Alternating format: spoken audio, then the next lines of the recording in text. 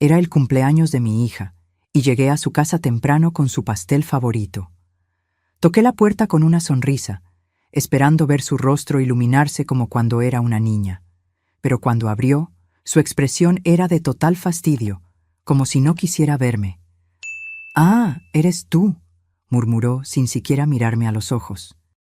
Pero antes de seguir, verifica si ya estás suscrito al canal y escribe en los comentarios. ¿Desde dónde estás viendo este video? Nos encanta saber hasta dónde llegan nuestras historias. Todavía recuerdo el olor del pastel de almendras con ganache de chocolate que llevé a casa de mi hija Elena esa tarde. Era su 43º cumpleaños y yo había ahorrado 3 meses de mi jubilación para comprar esa pequeña obra de arte de la repostería francesa que tanto le gustaba. 2.200 pesos que no tenía, pero que gasté con gusto para ver su sonrisa. El taxi me dejó frente a la mansión que había ayudado a financiar 5 años atrás, una casa de 3 pisos en el mejor barrio de Puerto Vallarta, con vista al mar y piscina infinita. 1.800.000 pesos de mis ahorros para el enganche, dinero que había ahorrado centavo por centavo durante 45 años como profesora universitaria, haciendo horas extras y tutorías los fines de semana. Me acomodé mi vestido turquesa, también nuevo para la ocasión, y toqué el timbre, equilibrando el pastel en una mano y sosteniendo en la otra un pequeño paquete plateado que contenía un collar de perlas que había pertenecido a mi madre. 3 generaciones de mujeres fuertes, pensé. Qué legado tan maravilloso para pasar. La puerta se abrió, pero el rostro de Elena no se iluminó como yo esperaba. Sus ojos apenas se encontraron con los míos antes de volver al celular que tenía en la mano. «Ah, eres tú», murmuró, haciéndose a un lado para que entrara. Ni un beso, ni un abrazo, como si yo fuera solo otra entrega a domicilio. «Feliz cumpleaños, mi querida», dije, tratando de mantener el entusiasmo en mi voz. «Traje tu pastel favorito y un regalito especial». Elena suspiró profundamente, como si mi presencia fuera un estorbo que se viera forzada a tolerar. «Ponlo en la mesa de la cocina. Necesito terminar esta llamada». Caminé sola hasta la cocina de mármol italiano, otro regalo mío cuando reformaron la casa, y coloqué el pastel delicadamente sobre la encimera. A través de la ventana vi a los gemelos, mis nietos de 11 años, jugando en la piscina con el instructor de natación. Ni siquiera notaron mi presencia. Me quedé allí, parada, escuchando el eco de la casa vacía, sintiéndome como una extraña invadiendo un espacio donde claramente no era bienvenida. 15 minutos después, Elena entró en la cocina. Estaba deslumbrante, como siempre, cabello perfectamente teñido, maquillaje impecable, uñas hechas. Todo esto costeado por la clínica de estética que yo le había financiado 8 años atrás. 350.000 pesos para que ella realizara su sueño de emprendedora. Un préstamo que yo había pedido usando mi apartamento como garantía y que nunca fue reembolsado. «Entonces», dijo, abriendo el refrigerador y sacando una botella de agua con gas, «¿viniste solo a dejar el pastel o te quedarás a cenar también?» La frialdad en su voz me cortó como un cuchillo. Tragué saliva, intentando controlar la decepción. «Pensé que tal vez podríamos pasar tiempo juntas en tu cumpleaños. Hace casi 2 meses que no nos vemos». Respondió, revisando de nuevo el celular. «En realidad, tengo planes para más tarde. Marcelo me va a llevar a cenar a La Marea». Solo nosotros 2. Marcelo, su tercer esposo. Un hombre que vivía de inversiones nunca especificadas y que, curiosamente, siempre necesitaba de mi ayuda financiera para sus proyectos de emergencia. El último había sido hace solo 3 semanas. 60.000 pesos para un supuesto negocio de importación que no podía esperar. Dinero que yo había sacado de mis ahorros para tratamiento médico. «Entiendo», respondí, tratando de ocultar el dolor en mi voz. «¿Tal vez podamos almorzar mañana entonces?» Elena puso los ojos en blanco y finalmente me miró directamente. Su rostro estaba tenso, como si estuviera conteniendo algo que quería decir desde hacía mucho tiempo. Mamá, necesitamos hablar. Señaló los taburetes altos alrededor de la isla de la cocina. Siéntate. Obedecí, sintiendo un nudo formarse en mi estómago. Conocía ese tono. Era el mismo que usaba de niña antes de decir algo deliberadamente cruel para probar mis límites. He estado pensando mucho últimamente, comenzó, girando lentamente el vaso de agua entre los dedos. Sobre el cumpleaños, sobre la vida, sobre lo que realmente me haría feliz. Asentí, tratando de parecer alentadora. Claro, querida, dime lo que quieres. Tal vez pueda ayudar de alguna manera. Elena puso el vaso sobre la mesa con un golpe sordo y me miró directamente a los ojos. Lo que vi allí me heló hasta los huesos. No era amor, ni siquiera irritación pasajera. Era puro desprecio. La única cosa que realmente me gustaría recibir de regalo de cumpleaños, dijo lentamente, pronunciando cada palabra con deliberada crueldad, es que simplemente desaparecieras de mi vida. Preferiblemente que te murieras. El mundo se detuvo. El aire fue succionado de la habitación. Intenté hablar, pero mi garganta se cerró. Fue como si alguien me hubiera golpeado físicamente en el pecho. ¿Qué? Fue todo lo que pude susurrar. Escuchaste, continuó, ahora con una frialdad calculada. Estoy cansada de ti, mamá. Cansada de tus llamadas constantes, de tus visitas inesperadas, de tu forma de inmiscuirte siempre en mi vida con tus consejos anticuados y tu insoportable necesidad emocional. Mis manos comenzaron a temblar incontrolablemente. 74 años de vida, 43 años siendo su madre, y nunca, jamás, imaginé que escucharía tales palabras salir de la boca de mi única hija. Elena, logré decir entre lágrimas que empezaban a formarse, soy tu madre. Te di todo, sacrifiqué todo por ti. Exacto, exclamó, levantándose del taburete. Por eso me estás asfixiando. No puedo respirar con tu presencia constante. Necesito espacio, necesito libertad. Necesito vivir mi vida sin tener que lidiar con tus expectativas y tu drama emocional. Miré el pastel de cumpleaños, las velas aún en la caja, esperando ser encendidas. Todo lo que había imaginado para ese día, abrazos, risas, recuerdos compartidos, se desvaneció como humo. Pero Elena, intenté una vez más. Solo quiero estar cerca de ti, ser parte de tu vida. Eres todo lo que tengo. Y ese es exactamente el problema, respondió, cruzando los brazos. El hecho de que yo soy todo lo que tú tienes. Arregla tu propia vida y déjame en paz. Me levanté del taburete, mis piernas temblando tanto que temí caerme. Tomé mi bolso y el pequeño paquete con el collar de perlas. El pastel se quedaría. Tal vez los gemelos lo apreciarían, aunque su madre no pudiera. No puedo creer que me estés diciendo esto, murmuré, después de todo lo que hice por ti. ¿Todo lo que hiciste? Se rió sarcásticamente. Mamá, todo lo que hiciste fue para tu propio beneficio, para sentirte necesaria, para tener control sobre mi vida. Pero ya no soy una niña, y ya no te necesito asfixiándome. Caminé hacia la puerta, cada paso costándome años de vida. En el umbral, me di la vuelta una última vez, esperando ver algún arrepentimiento en sus ojos, algún rastro de esa niñita dulce que había criado con tanto amor. Pero solo vi impaciencia.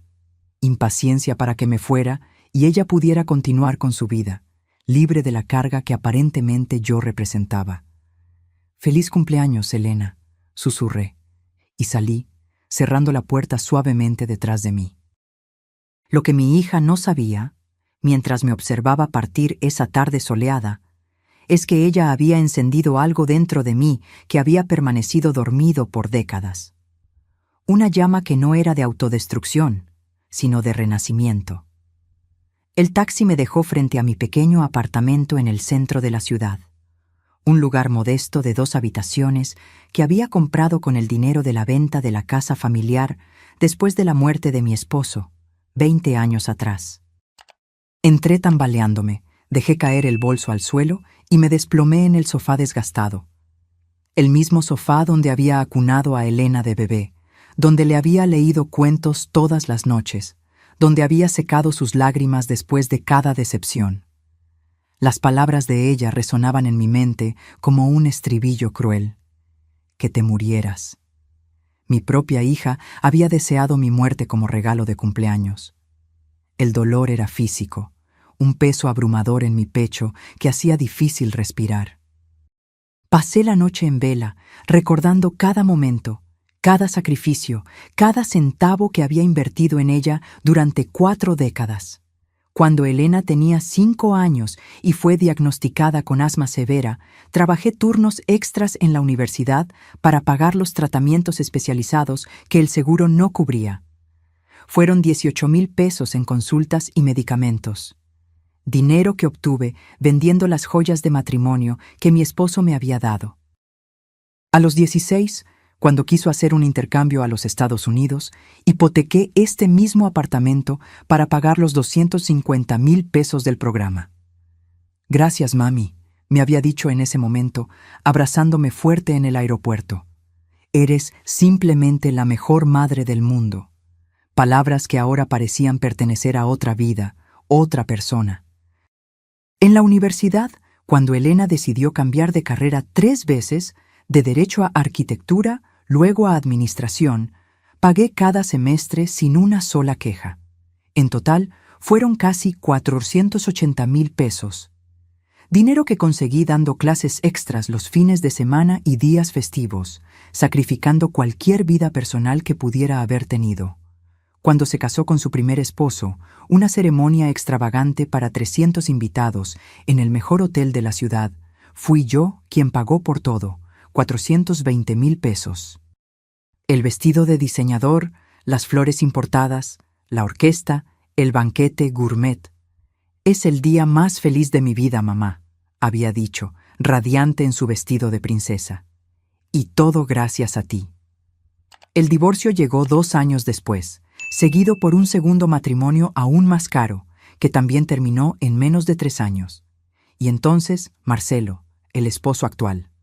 La casa de 3 pisos, la clínica de estética, el auto de lujo que ayudé a financiar cuando el viejo se descompuso, 220,000 pesos. Las escuelas privadas bilingües para los gemelos, 48,000 pesos por trimestre. Al amanecer, empecé a hacer cuentas. Encontré una caja vieja donde guardaba todos los recibos, todos los comprobantes de transferencias, todos los contratos que había firmado a lo largo de los años. No por desconfianza, sino por organización. Una vieja profesora de matemáticas nunca pierde sus hábitos. Sentada a la mesa de la cocina, con una taza de té frío que no tuve ánimo de beber, empecé a listar cada valor, cada fecha, cada motivo. El total me dejó atónita, más de 4,800,000 pesos a lo largo de 43 años, casi 5 millones de pesos que yo había dedicado a la felicidad de mi hija, y todo eso para escuchar que su mayor deseo era mi muerte. Algo extraño sucedió mientras miraba esos números. El dolor punzante que había sentido durante toda la noche empezó a transformarse en algo diferente. No rabia, aunque también había rabia, sino una claridad cristalina que nunca había experimentado antes. Una comprensión profunda de que había sido manipulada por décadas por alguien que veía mi amor como una utilidad, no como un vínculo sagrado. Si hubiera invertido esos casi 5 millones de pesos en mí misma, si hubiera viajado, estudiado más, comprado una casa mejor, cuidado de mi salud, planeado una jubilación cómoda, ¿dónde estaría ahora? Ciertamente no en este pequeño apartamento, contando los centavos de mi mermada jubilación, posponiendo tratamientos médicos para poder seguir ayudando a una hija que deseaba mi muerte. A las 6 de la mañana hice algo que nunca había hecho antes. Tomé el teléfono y bloqueé el número de Elena. Luego, bloqueé el de Marcelo. A continuación, todos los números asociados a la familia de ella. Fue un gesto pequeño, pero simbólicamente poderoso. Mi primer acto de autopreservación en 4 décadas.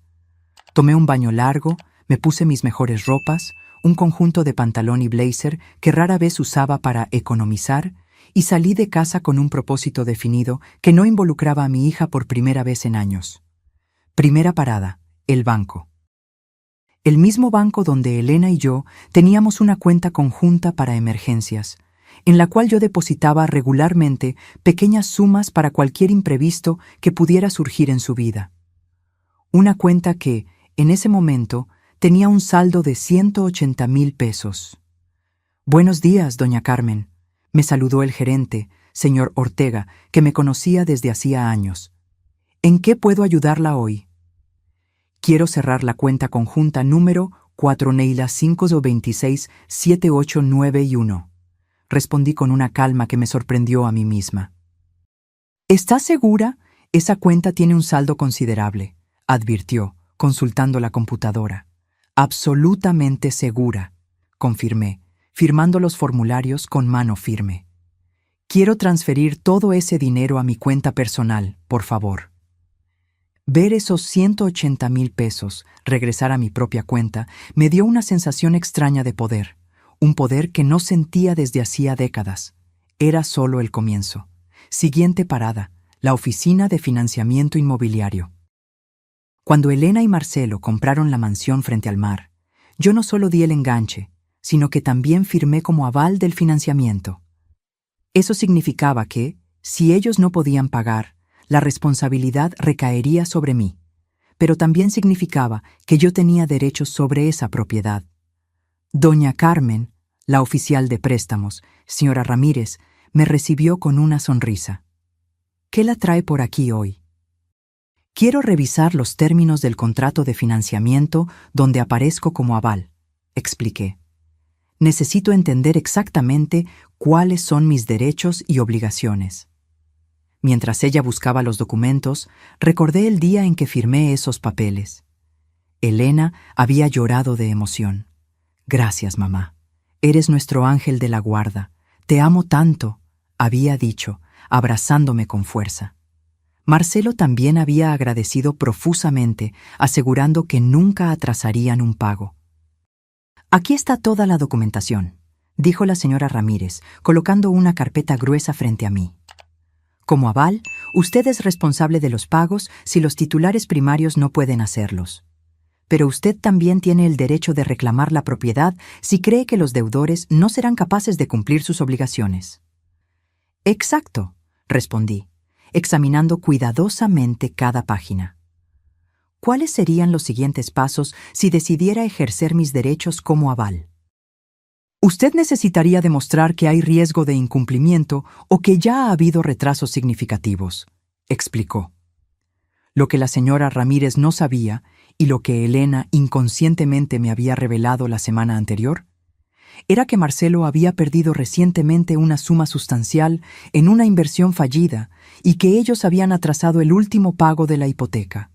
Una información que ella compartió casualmente, probablemente esperando que yo ofreciera ayuda, como siempre hacía.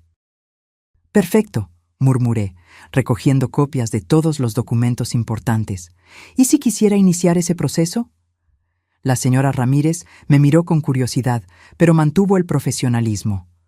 «Puedo agendar una reunión con nuestro departamento legal, si lo desea. Por favor, hágalo». Cuando salí de la oficina, sentí una ligereza extraña, como si estuviera flotando sobre las calientes aceras de la ciudad.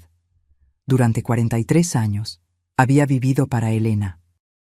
Había sacrificado mis propios sueños, mi dinero, mi tiempo, mi salud, todo para darle a ella la vida que siempre quiso. ¿Y el resultado? Ella deseaba mi muerte como regalo de cumpleaños. Mi siguiente parada fue un lugar que no visitaba desde hacía años, la agencia de viajes Horizontes Nuevos, especializada en nuevos comienzos para la tercera edad. Había guardado un folleto de ellos por años, soñando secretamente con posibilidades que siempre parecían fuera de mi alcance. «Buenas tardes», me saludó una joven asesora llamada Lucía. «¿Cómo puedo ayudarla?»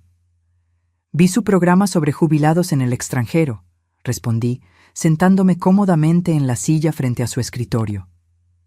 Me gustaría información completa sobre cómo una mujer de 74 años puede comenzar una nueva vida en España. Los días siguientes fueron una montaña rusa de emociones y preparativos secretos.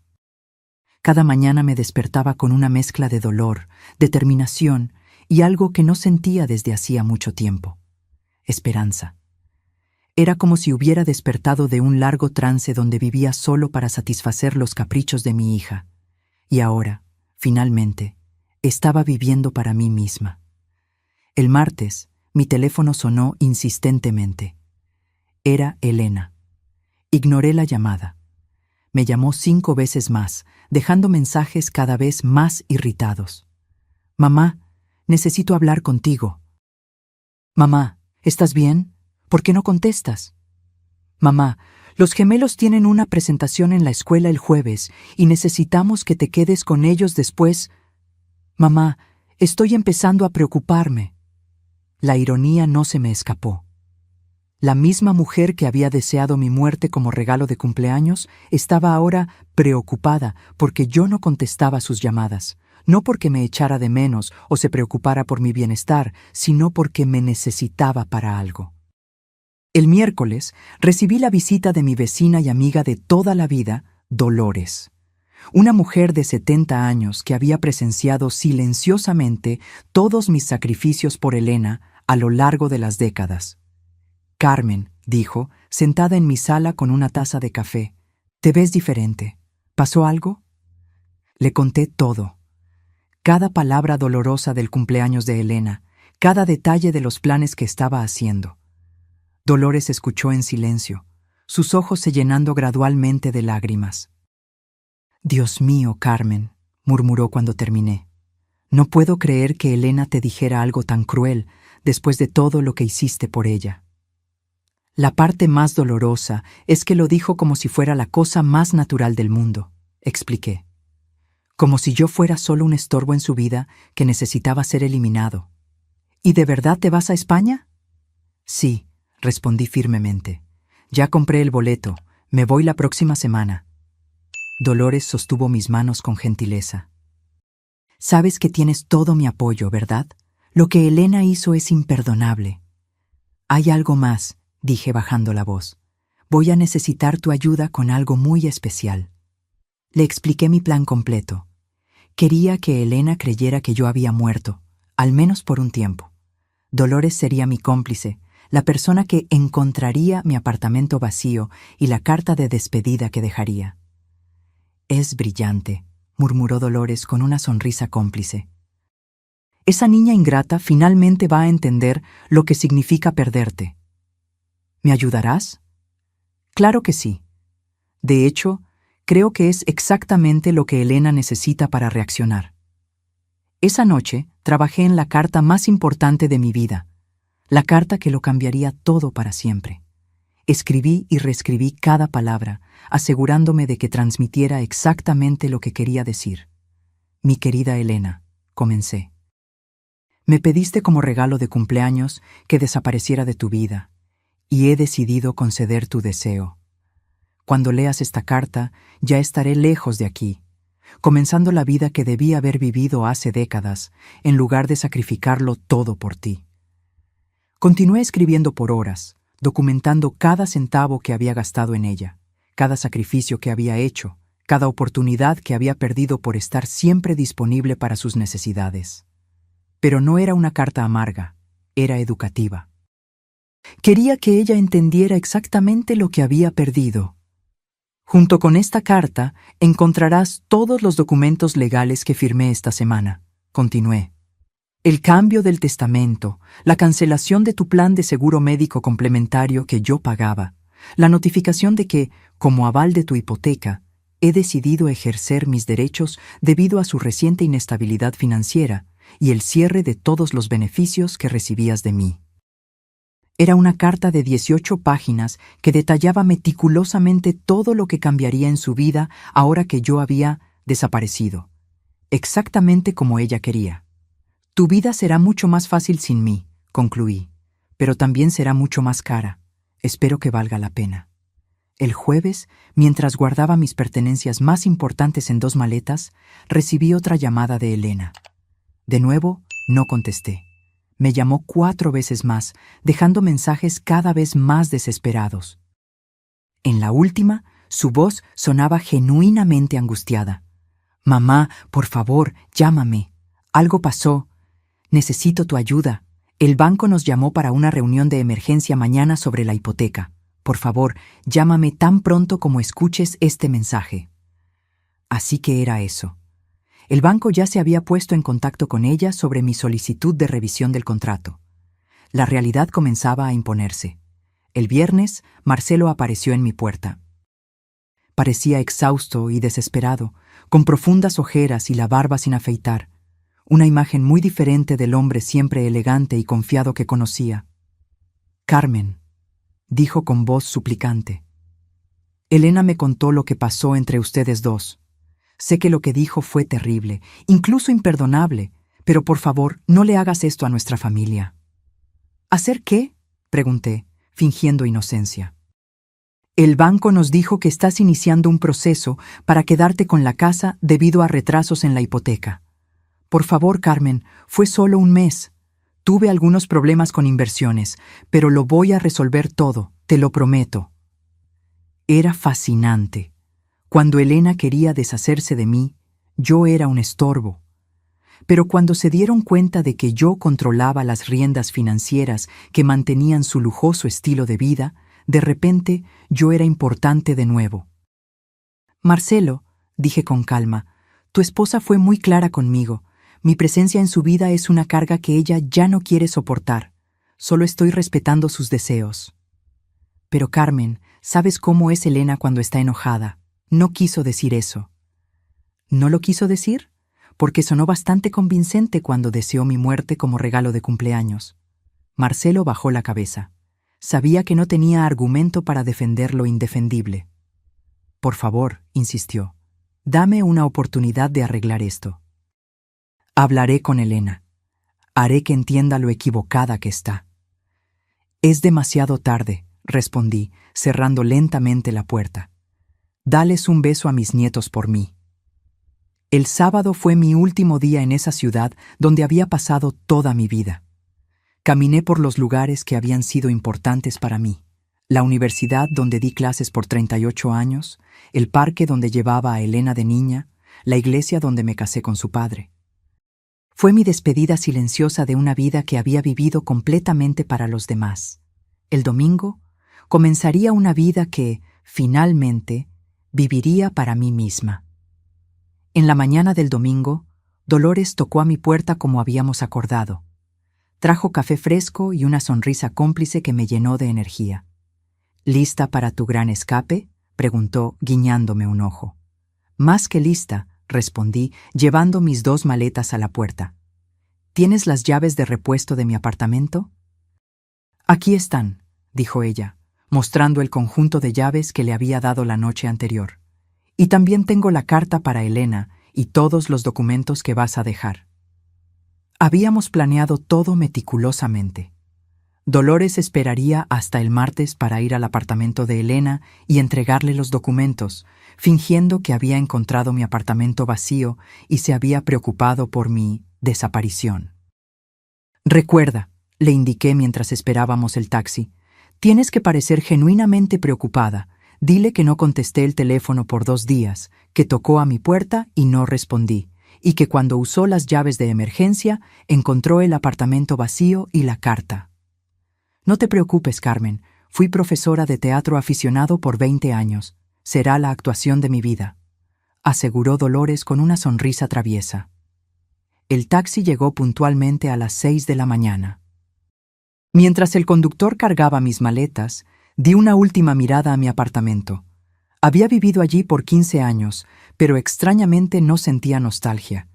Era como si finalmente me estuviera liberando de una prisión que yo misma había construido. «¿Al aeropuerto?», preguntó el taxista. «Al aeropuerto», confirmé, y sentí como si esas 2 palabras marcaran el inicio de mi nueva existencia. El viaje en avión a Barcelona fue largo, pero tranquilo.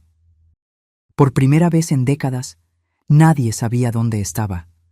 Nadie podía llamarme para pedir favores, dinero o tiempo. Era una sensación embriagadora de libertad que no experimentaba desde antes de convertirme en madre. Durante el vuelo de casi 12 horas, escribí en mi diario todo lo que había sucedido en la última semana. Cada detalle, cada emoción, cada decisión que me había traído a ese momento suspendido en el cielo, entre mi pasado de abnegación y mi futuro de autodescubrimiento. Esta es la primera vez en 43 años, escribí, que hago algo completamente para mí misma, sin calcular cómo eso beneficiará a Elena. Es aterrador y liberador al mismo tiempo.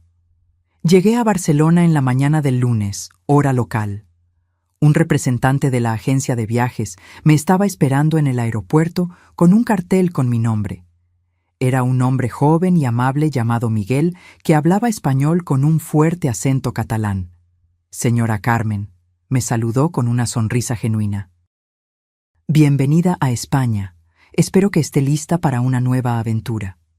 Más que lista, respondí, y por primera vez en semanas mi sonrisa era completamente auténtica. Miguel me llevó a un pequeño pero encantador apartamento amueblado en el barrio gótico, que la agencia había alquilado por un mes mientras yo decidía si quería quedarme permanentemente. Era un tercer piso en un edificio centenario, con ventanas que daban a una plaza arbolada y balcones floridos en los edificios vecinos. Aquí tiene toda la información sobre la ciudad, dijo Miguel, entregándome una carpeta gruesa. Restaurantes recomendados, actividades culturales, grupos sociales para expatriados, clases de catalán, contactos médicos en caso de que lo necesite. También agendé una reunión con un asesor financiero para el miércoles, para ayudarla con el papeleo si decide quedarse permanentemente. Esa tarde, después de un corto descanso, hice algo que no hacía en años. Salí a pasear sin un destino definido. Sin horarios, sin compromisos, sin nadie esperando que yo resolviera sus problemas. Caminé por las calles estrechas y sinuosas del barrio gótico, maravillada con la arquitectura medieval, los pequeños cafés en las esquinas, las tiendas de artesanía. Me senté en una plaza y pedí un café con leche y una porción de churros. Comí lentamente, saboreando cada bocado, observando a las palomas, a los turistas, a los lugareños. Una sensación extraña comenzó a formarse en mi pecho. No era tristeza, no era culpa, era paz. Mientras caminaba de regreso al apartamento al final de la tarde, calculé mentalmente cuánto dinero había gastado en Elena solo en los últimos 5 años. Entre el enganche de la casa, los pagos de la clínica de estética, el auto, las escuelas de los gemelos, las emergencias constantes, había sido por lo menos 2,3 millones de pesos.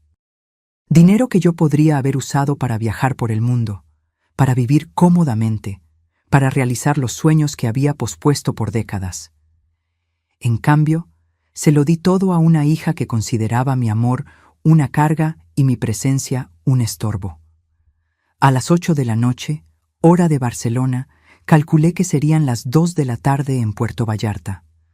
Dolores se estaría preparando para ir al apartamento de Elena para entregar la carta que lo cambiaría todo. Me senté en el pequeño balcón de mi apartamento temporal, bebiendo una copa de vino tinto español, y esperé. Sabía que en unas horas mi teléfono comenzaría a sonar desesperadamente. Elena finalmente entendería lo que significaba realmente perderme. A la medianoche, mi teléfono comenzó a vibrar insistentemente. Era Elena. Dejé que sonara hasta que se detuvo. Inmediatamente sonó de nuevo, y de nuevo, y de nuevo. En el quinto intento, contesté. «¡Mamá!», gritó, su voz ahogada por el llanto. «¿Dónde estás?»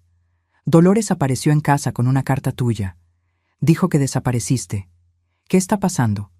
¿Qué locura es esta? «Hola, Elena», respondí con calma, observando las luces de la ciudad antigua mientras hablaba. «¿Ya leíste la carta?»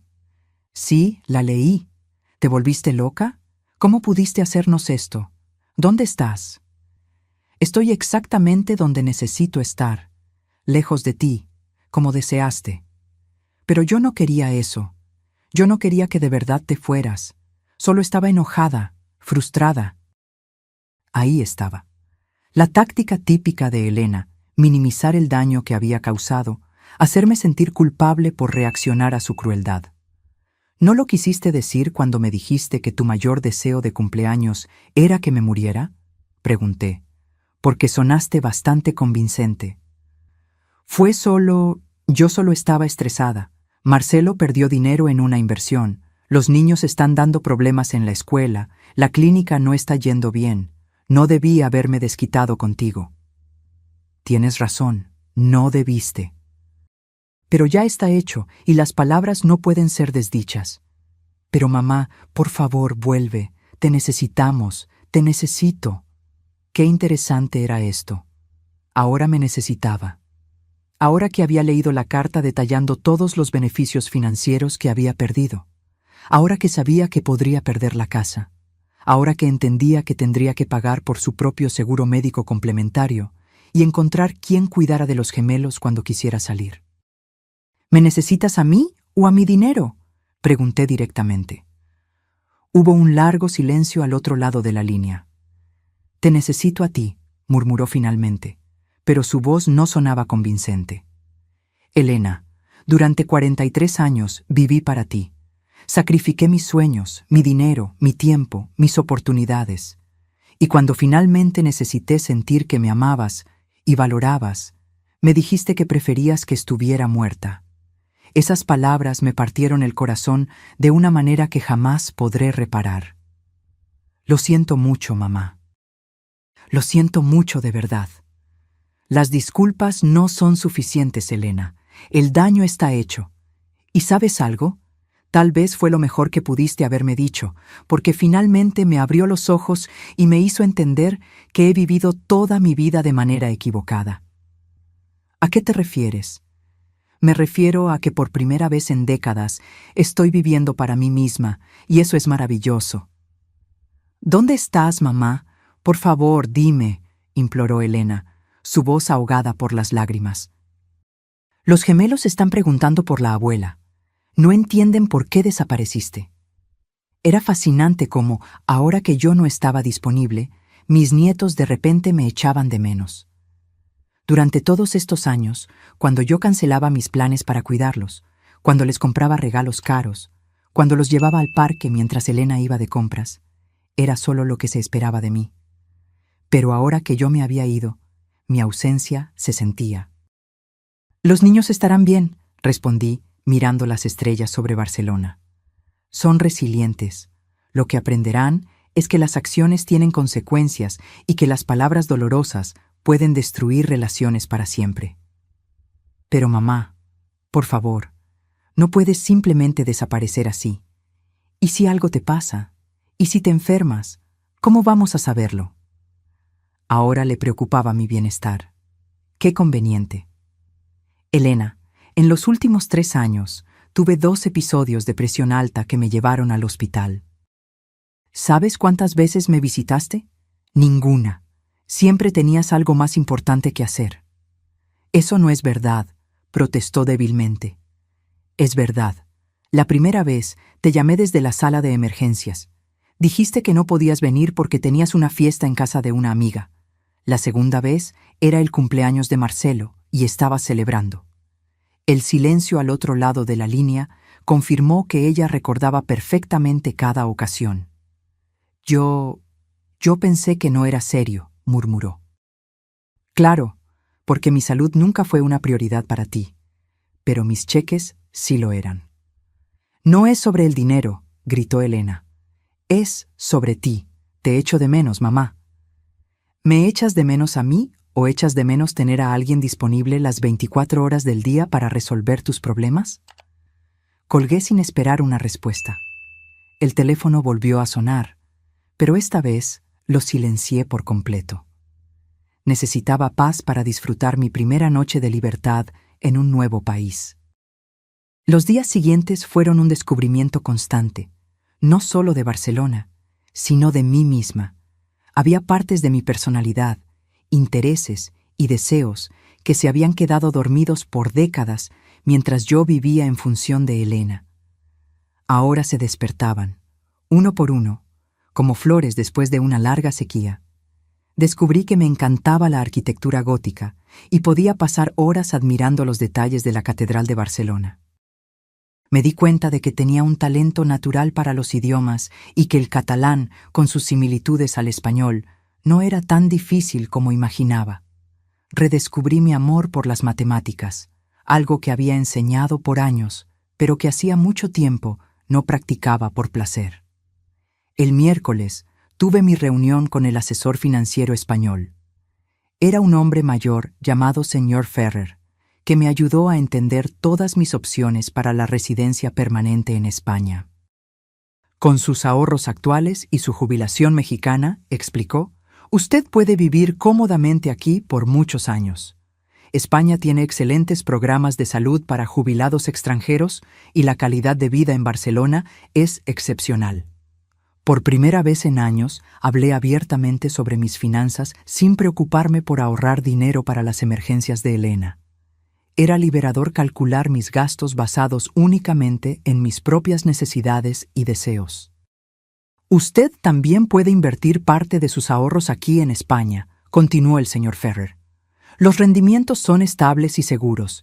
En 5 años podría aumentar significativamente su patrimonio si invierte con sabiduría. Aumentar mi patrimonio. ¿Cuántas veces tuve esa oportunidad? Pero siempre preferí gastar el dinero en los caprichos de mi hija. ¿Hay algo más que deba saber?, pregunté. Tenemos muchos clientes en situaciones similares a la suya, añadió el asesor con una sonrisa comprensiva. Personas mayores que vinieron a España buscando un nuevo comienzo después de relaciones familiares complicadas. Usted no está sola en esta experiencia. Esa información me confortó profundamente.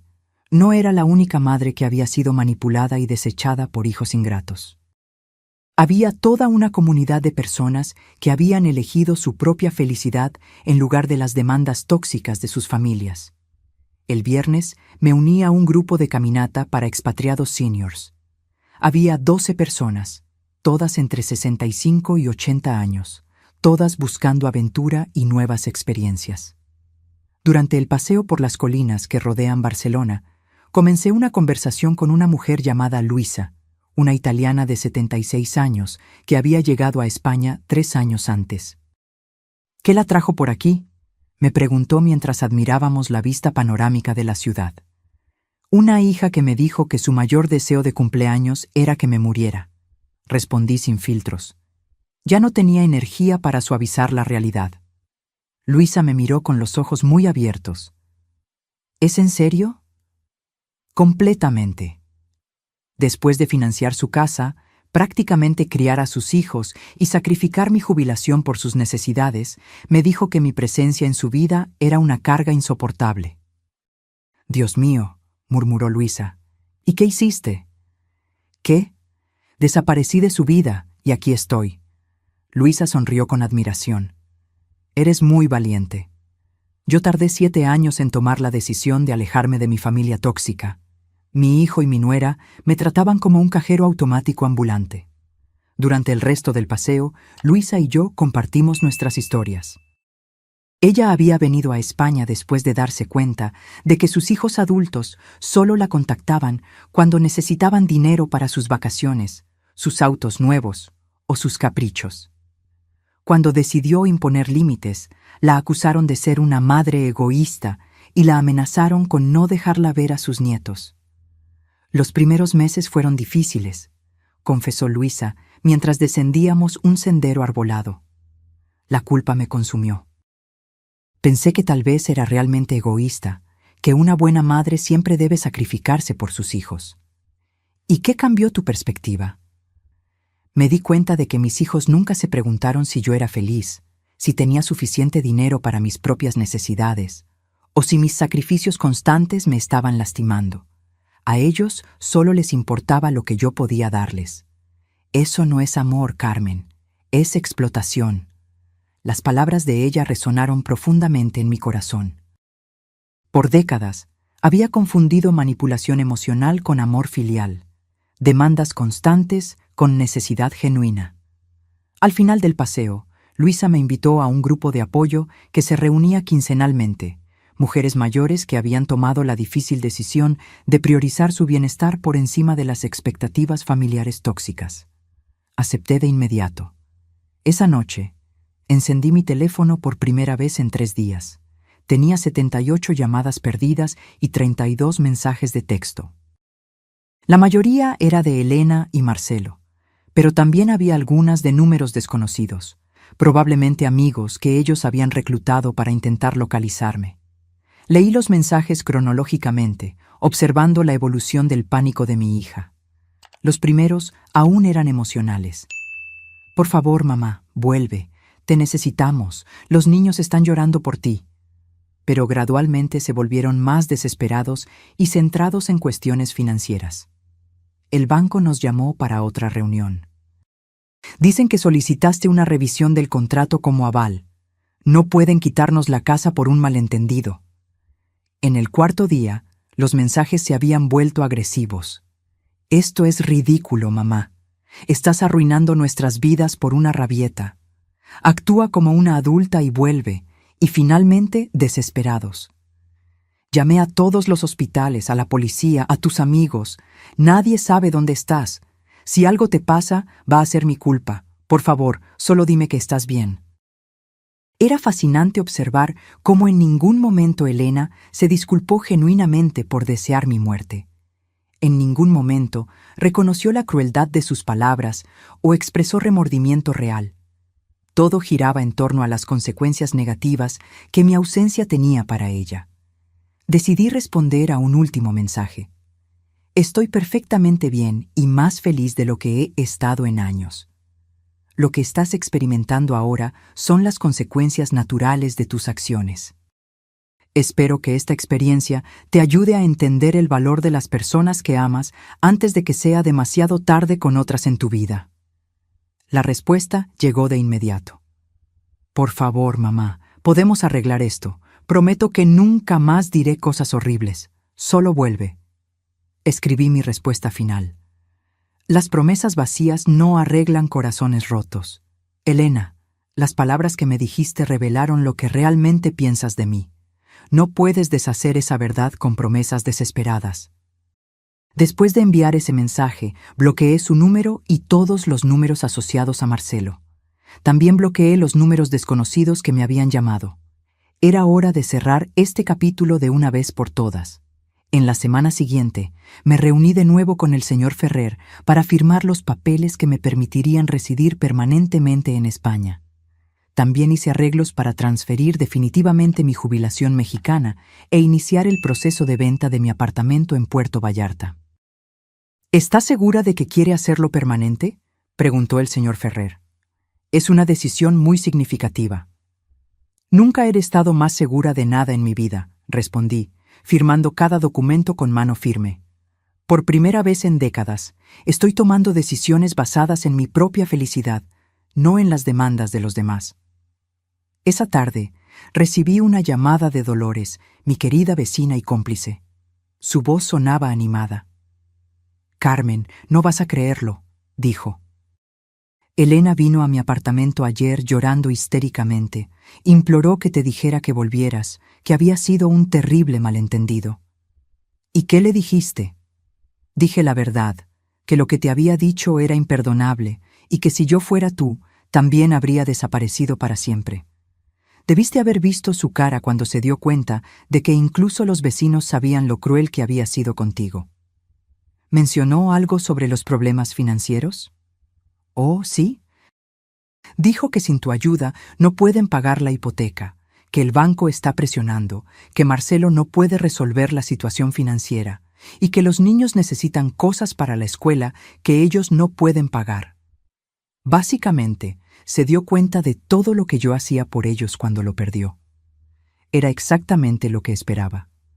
Ella no me extrañaba como persona. Extrañaba mi función como proveedora financiera y solucionadora de problemas. «Dolores», le pedí, «cuando alguien pregunte por mí, especialmente Elena, quiero que digas que estoy muerta para ellos, porque en cierto modo es verdad».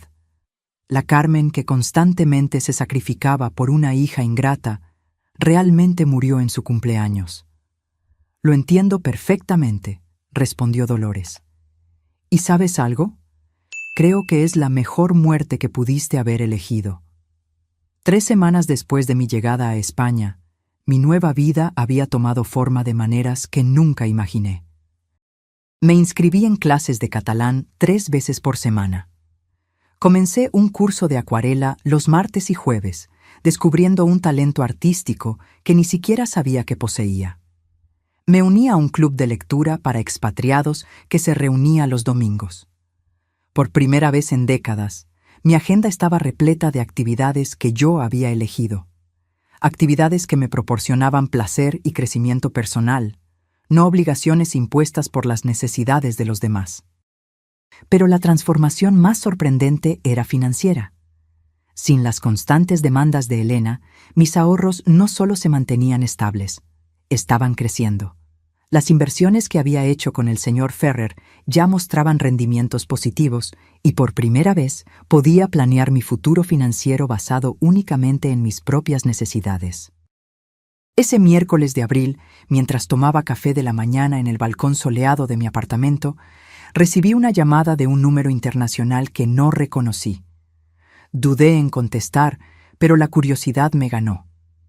¿Señora Carmen Aguirre?, preguntó una voz femenina con acento mexicano. Sí, soy yo. ¿Quién habla? Mi nombre es Raquel Mendoza. Soy trabajadora social del Departamento de Servicios Familiares en Puerto Vallarta. La llamo porque recibimos una denuncia sobre su bienestar. Mi sangre se heló. ¿Una denuncia? ¿De qué tipo? Su hija, Elena Aguirre, hizo una denuncia alegando que usted podría estar sufriendo de demencia o deterioro cognitivo y que ha tomado decisiones financieras y de vida que la ponen en riesgo. Según ella, usted desapareció de repente y está viviendo en condiciones precarias en el extranjero, posiblemente bajo la influencia de terceros. No podía creer lo que estaba escuchando. Elena había llegado al extremo de involucrar a los servicios sociales, inventando una enfermedad mental para invalidar mis decisiones y forzar mi regreso. Señorita Mendoza, respondí con voz firme, no sufro de demencia ni deterioro cognitivo. Estoy viviendo en España por mi propia elección, en un apartamento cómodo, con excelentes cuidados médicos y en perfecta salud mental. Las alegaciones de mi hija son completamente falsas. Entiendo su posición, señora Aguirre, pero necesitamos verificar su bienestar. ¿Sería posible coordinar una evaluación médica y psicológica a través del consulado mexicano en España? Claro, respondí sin dudar. Estoy dispuesta a someterme a cualquier evaluación que demuestre que estoy en perfecta salud mental y que mis decisiones fueron tomadas con total lucidez. Después de coordinar los detalles para la evaluación, colgué el teléfono, sintiendo una mezcla de rabia y descreimiento. Elena había cruzado una línea sin retorno. No solo había deseado mi muerte, sino que ahora intentaba destruir mi credibilidad mental para recuperar el control sobre mi dinero y mi vida. Inmediatamente llamé a mi abogado en México, señor Vargas, que me había ayudado con todos los trámites legales antes de mi partida. Carmen me saludó con preocupación. Me alegro de escuchar su voz. Tuve una semana muy interesante con su hija. Me imagino. Acabo de hablar con los servicios sociales. Elena me está acusando de tener demencia. Eso no es todo, suspiró el señor Vargas. También contrató a otro abogado para intentar impugnar todos los cambios legales que usted hizo antes de partir. Está alegando que usted no estaba en su sano juicio cuando los firmó. ¿Puede hacer eso? Puede intentarlo, pero no tiene una base legal sólida. Tengo grabaciones de todas nuestras conversaciones, donde usted claramente demuestra total lucidez. Además, el hecho de que planeó meticulosamente su partida y está viviendo independientemente en España contradice cualquier alegación de deterioro cognitivo. ¿Qué más está haciendo? Intentó tener acceso a sus cuentas bancarias, alegando preocupación por su bienestar. También quería interrumpir el proceso de reclamación de la casa, pero como todo está legalmente respaldado y ella misma firmó documentos reconociendo problemas financieros recientes, no tiene argumentos válidos. Era increíble hasta dónde estaba dispuesta a llegar Elena para recuperar los beneficios financieros que había perdido. Señor Vargas, quiero que prepare una demanda por difamación contra mi hija. Las falsas alegaciones de ella sobre mi estado mental pueden afectar mi reputación y mis derechos legales. Será un placer, respondió con satisfacción. Después de ver cómo la trató, creo que es hora de que se enfrente a las consecuencias legales de sus acciones. 2 días después, comparecí en el Consulado Mexicano en Barcelona para las evaluaciones médicas y psicológicas. El médico designado, Dr. Torres, era un hombre experimentado que inmediatamente comprendió la situación. Señora Aguirre, me dijo después de una exhaustiva evaluación de 3 horas, no solo está en perfecta salud mental, sino que las decisiones que ha tomado demuestran una lucidez y valentía admirables. Su hija está claramente intentando manipular el sistema legal para recuperar beneficios financieros. ¿Eso será documentado oficialmente? Absolutamente. Enviaré un informe detallado a los servicios sociales explicando que las alegaciones son infundadas y que usted está viviendo una vida independiente y saludable en España. Esa misma tarde, recibí una llamada de la trabajadora social. Señora Aguirre, recibimos el informe médico del consulado. Es evidente que las alegaciones de su hija no tienen fundamento. Vamos a cerrar el caso y notificar a Elena de que sus quejas han sido consideradas infundadas. Gracias, respondí. ¿Esto quedará registrado de alguna manera? Sí, se documentará que ella hizo una denuncia falsa sobre el bienestar de un familiar, lo que puede tener implicaciones legales si se repite. Perfecto. Elena no solo fracasó en su intento de invalidar mis decisiones, sino que ahora tenía un registro oficial de haber hecho denuncias falsas. Esa noche, decidí hacer algo que había pospuesto. Escribir un relato detallado de mi experiencia, no para Elena, sino para otras mujeres que pudieran estar viviendo situaciones similares de manipulación y abuso emocional por hijos adultos. Escribí durante 4 horas, documentando cada sacrificio que había hecho, cada manipulación que había sufrido y cada paso que había dado para reivindicar mi dignidad y mi vida. Titulé el texto Cuando el amor materno se convierte en autodestrucción. Mi historia de liberación a los 74 años. Envié el texto a un blog que había descubierto, especializado en historias de mujeres mayores que habían encontrado el valor para cambiar radicalmente sus vidas. Una semana después, recibí una respuesta entusiasta de la editora. Carmen, escribió, su historia es poderosa e inspiradora. Recibimos cientos de comentarios de mujeres que se identifican completamente con su experiencia. ¿Estaría dispuesta a participar en una entrevista en video para nuestro canal de YouTube? Acepté de inmediato. Era hora de usar mi experiencia para ayudar a otras mujeres atrapadas en dinámicas familiares tóxicas. La entrevista se publicó 2 semanas después y rápidamente se volvió viral. Miles de mujeres compartieron historias similares de hijos adultos que las manipulaban emocionalmente y explotaban financieramente. Los comentarios eran un catálogo de dolor y reconocimiento. Mi hijo de 37 años vive en mi casa, no paga alquiler y me insulta cuando le pido que busque empleo, escribió una mujer. Mi hija solo me llama cuando necesita dinero para las vacaciones, pero nunca tiene tiempo para visitarme cuando estoy enferma, compartió otra. Pensé que era la única madre que se sentía usada por sus propios hijos, confesó una tercera. Pero lo más impactante vino una semana después de la publicación de la entrevista. Recibí un correo electrónico de una dirección que inmediatamente reconocí. Era de Marcelo, mi yerno. Carmen, escribió. Vi tu entrevista en YouTube. Necesito que sepas que estoy completamente de acuerdo contigo. Lo que Elena dijo fue imperdonable, y la forma en que te trató por años es inaceptable. Fui testigo de cómo te manipula y te usa, pero nunca tuve el valor de confrontarla porque éramos tan dependientes de tu ayuda financiera. Continuó. Quiero que sepas que los gemelos te extrañan mucho y no entienden por qué ya no vienes a verlos. Elena les dijo que estás enferma y no puedes visitarlos, pero creo que merecen saber la verdad cuando sean mayores. El correo electrónico terminaba.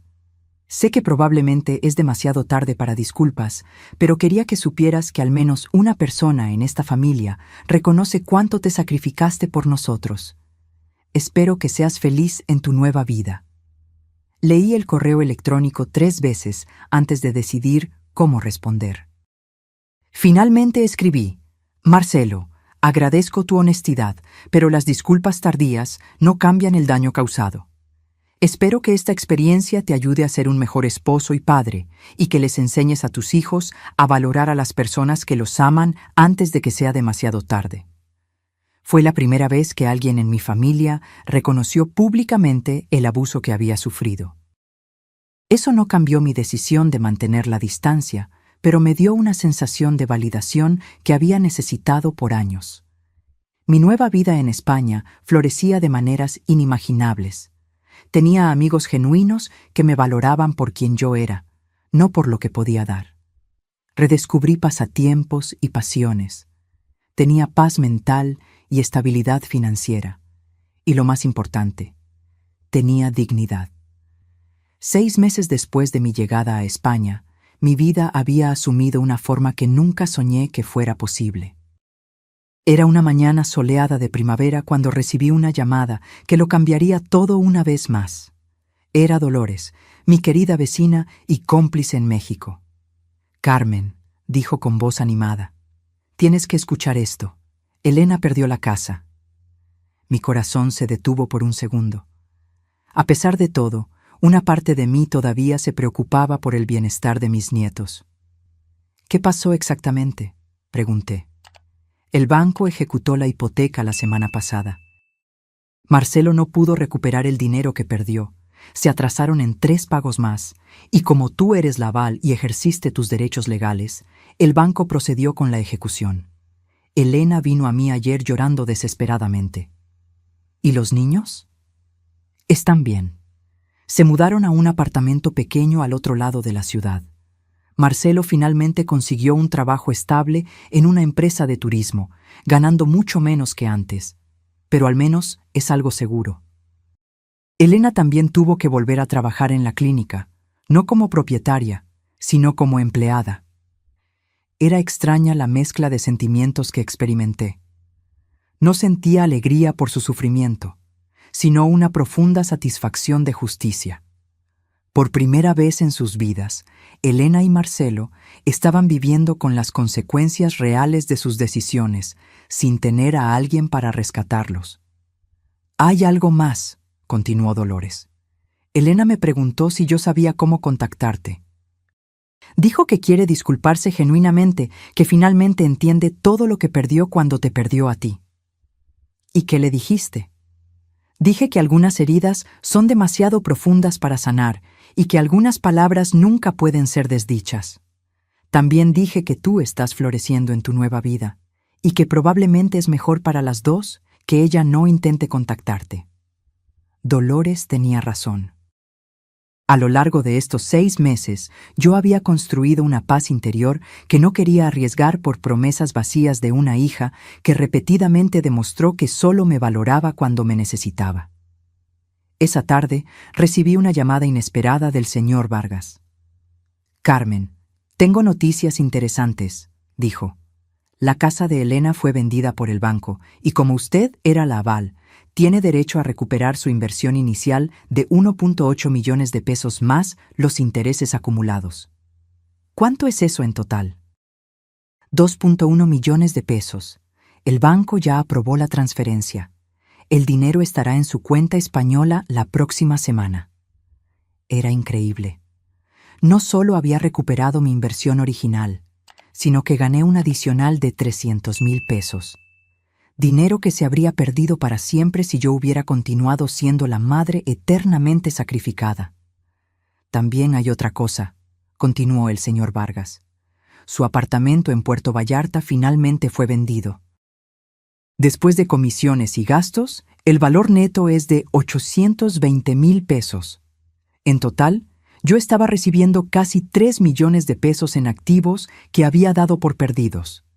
Con mis ahorros existentes y las inversiones que había hecho en España, mi patrimonio neto ahora excedía los 5 millones de pesos.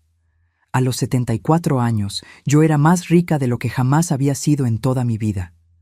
Esa noche, celebré en mi restaurante favorito en la Plaza Real. Pedí el mejor cava español y brindé por la mujer valiente que tuvo el coraje de comenzar de nuevo cuando todo parecía perdido. Mientras cenaba, reflexioné sobre todo el viaje. Había iniciado este viaje como una madre rota y humillada, devastada por las palabras crueles de una hija ingrata.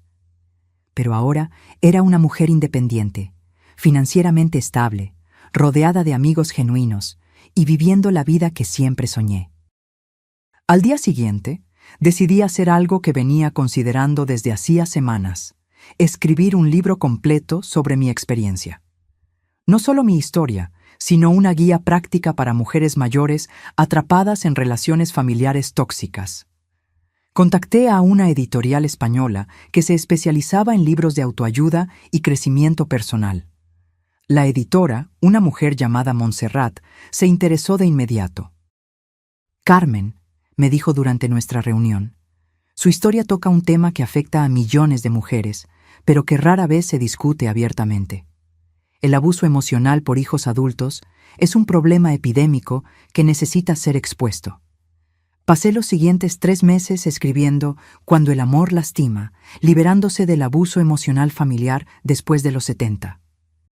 El libro documentó no solo mi experiencia personal, sino también estrategias prácticas para reconocer la manipulación, establecer límites saludables y encontrar el coraje de priorizar el propio bienestar. El libro se publicó 8 meses después y se convirtió en un bestseller en varios países de Europa y América Latina. Las cartas que recibí de lectoras eran extraordinarias.